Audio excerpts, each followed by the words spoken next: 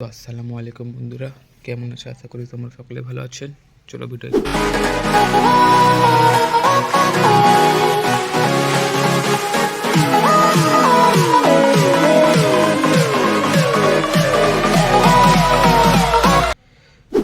বন্ধুরা দেখতে পাচ্ছেন যে আমাদের ডাব্বা এলোমেলো করা আছে, কারণ আমাদের আজকে ফার্ম পরিষ্কার করা হয়েছে, দেখতে পাচ্ছেন।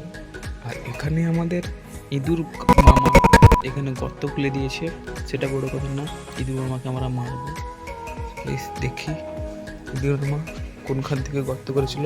ও এখান থেকে এখানে, মানে এখানে ইঁদুর ফার্মের ভিতরে ঢুকে পড়ে।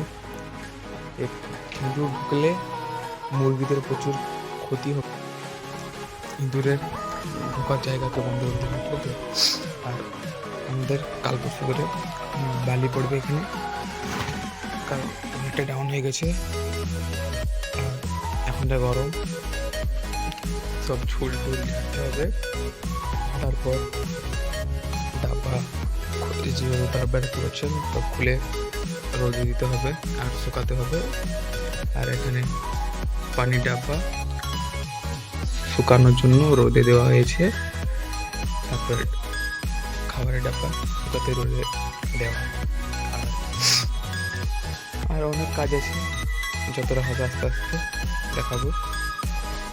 তো বন্ধুরা, আমার নাকে যখন এগুলো পয়সা করছি, নাকে সব বালি ঢুকে গিয়ে আমার নাকটা প্রায় বসে গিয়েছে, ঠিকঠাক শ্বাস নিতে পারছি না।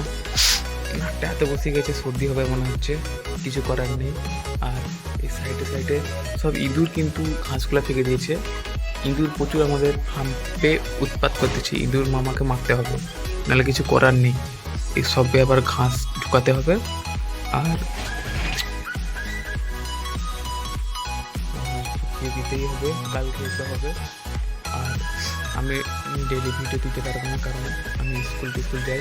আজকে যাইনি, কারণ এখানে যে ফার্মটা পরিষ্কার করা হয়েছিল সেই জন্য আজকে ফার্মটা রেডি হয়ে গেছে। কালকে হাফটা হয়েছিল, আজকে হাফটা হয়ে গেছে। তারপরে একটা স্প্রে মারা হবে ফার্মে। স্প্রে মারার পর কিছুদিন রাখা হবে, তারপরে আবার সাদা বালি পড়বে।